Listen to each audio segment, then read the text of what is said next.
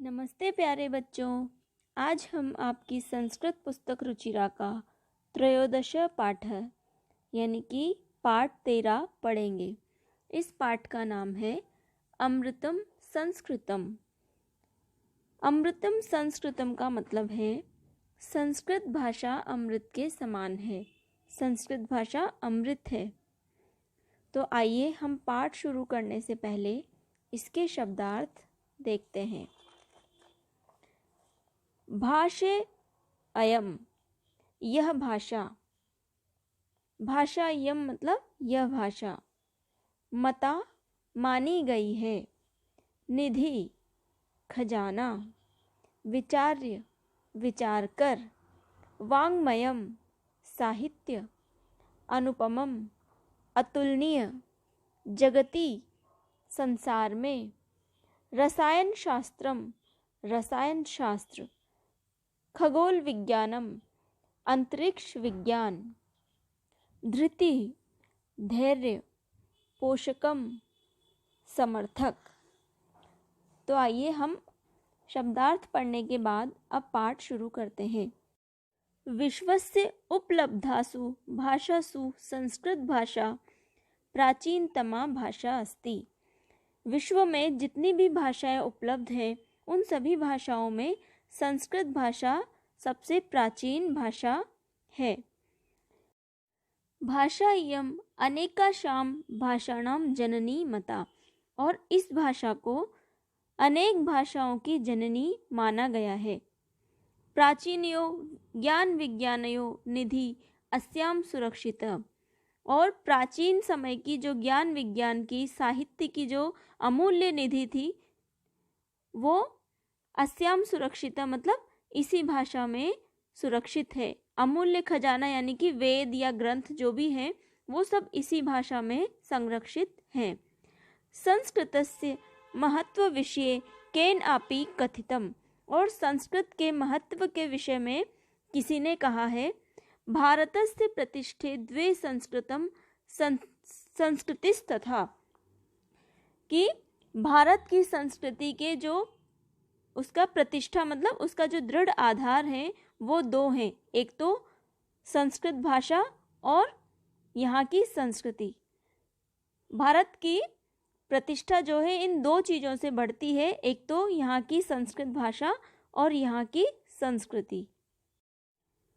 इयम भाषा अतीव वैज्ञानिकी, यह भाषा बहुत वैज्ञानिक है, बहुत ही वैज्ञानिक या बहुत ही महत्वपूर्ण है। केचन कथयन्ति यत् संस्कृतमेव संगणकस्य कृते सर्वोत्तमा भाषा, और कुछ लोग कहते हैं कि संस्कृत भाषा ही संगणक मतलब होता है कंप्यूटर के लिए सर्वोत्तम भाषा मतलब सबसे उत्तम भाषा है। अस्य वाङ्मयं वेदे पुराणे नीतिशास्त्रे चिकित्सा शास्त्रादिभिश्च समृद्धम अस्ति। इसका जो साहित्य है वो वेदों पुराणों नीति शास्त्रों और चिकित्सा शास्त्रों आदि के द्वारा संपन्न है या समृद्ध है। कालिदास आदि नाम विश्व कवि नाम काव्य सौंदर्यम अनुपमम, और कालिदास आदि विश्व कवियों के काव्य की सुंदरता बहुत अनुपम है, अतुलनीय है। कौटिल्य रचितम अर्थशास्त्रम जगति प्रसिद्धम अस्ति, और कौटिल्य मतलब चाणक्य के द्वारा रचित अर्थशास्त्र पूरे संसार में प्रसिद्ध है, पूरे जगत में प्रसिद्ध है। गणित शास्त्रे शून्यस्य प्रतिपादनम सर्वप्रथम आर्यभट्ट अकरोत्, और गणित शास्त्र में शून्य मतलब जीरो का आविष्कार सबसे पहले आर्यभट्ट के द्वारा किया गया था या आर्यभट्ट ने किया था। चिकित्सा शास्त्रे चरक सुश्रुतयो योगदानम विश्व प्रसिद्धम, और चिकित्सा शास्त्र में चरक और सुश्रुत नामक जो वैद्य हैं उनका योगदान विश्व में प्रसिद्ध है। संस्कृत यानी अन्यानि शास्त्राणि विद्यन्ते तेषु वास्तुशास्त्रम रसायनशास्त्रम खगोल विज्ञानम ज्योतिषशास्त्रम विमान शास्त्रम इत्यादीनि उल्लेखनीयानि, अर्थात संस्कृत में जो अन्य शास्त्र हैं उनमें वास्तुशास्त्र, रसायन शास्त्र, खगोल विज्ञान, ज्योतिष शास्त्र, विमान शास्त्र आदि उल्लेखनीय यानी कि महत्वपूर्ण हैं। संस्कृते विद्यमाना सूक्तयः अभ्युदयाय प्रेरयन्ति, और संस्कृत के अंदर जो विद्यमान सूक्तियाँ हैं मतलब अच्छे विचार हैं, वो हमेशा अभ्युदयाय का मतलब है हमको आगे बढ़ने के लिए, ऊंचा उठने के लिए प्रेरित करती है। यथा सत्यमेव जयते, वसुधैव कुटुंबकम, विद्या अमृतम अश्नुते, योगः कर्मसु कौशलम इत्यादयः। मतलब सत्यमेव जयते यानी कि सत्य की ही जय होती है, विजय होती है। वसुधैव कुटुंबकम, और सारी पृथ्वी, वसुधा मतलब पृथ्वी हमारा परिवार है, परिवार के समान है। और विद्या अमृतम अश्नुते, इसका मतलब है विद्या के द्वारा ही अमरता को प्राप्त किया जा सकता है।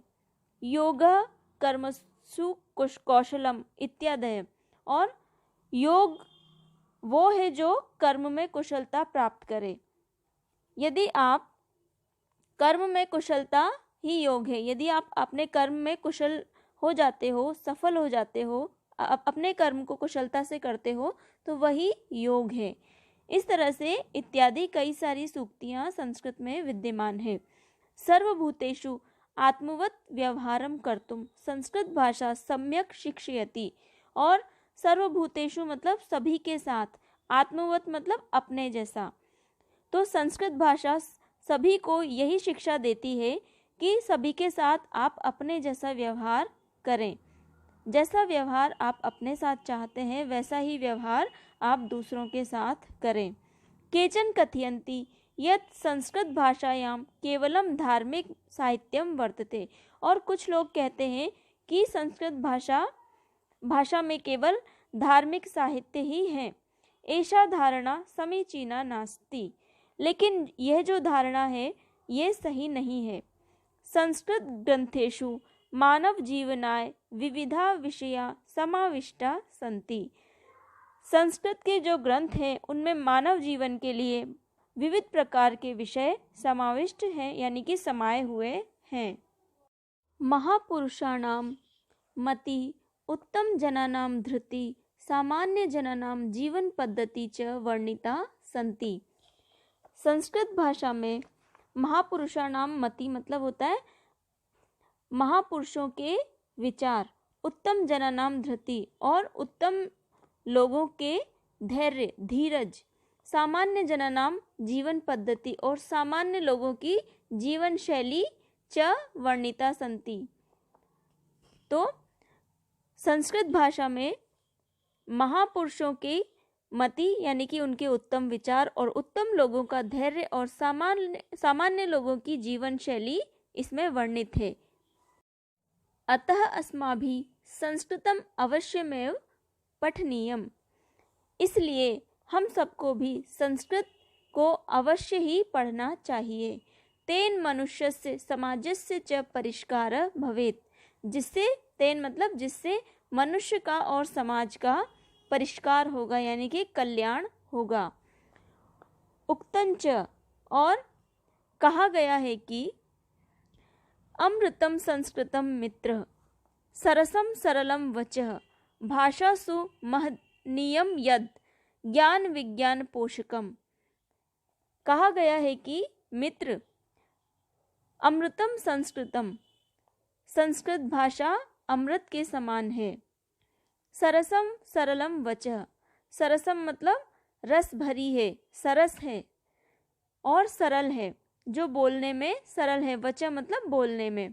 भाषासु महनीयम यद, और ये सभी भाषाओं में सबसे महनीयम मतलब सबसे महान है। ज्ञान विज्ञान पोषकम, और ज्ञान विज्ञान का पोषण करने वाली है।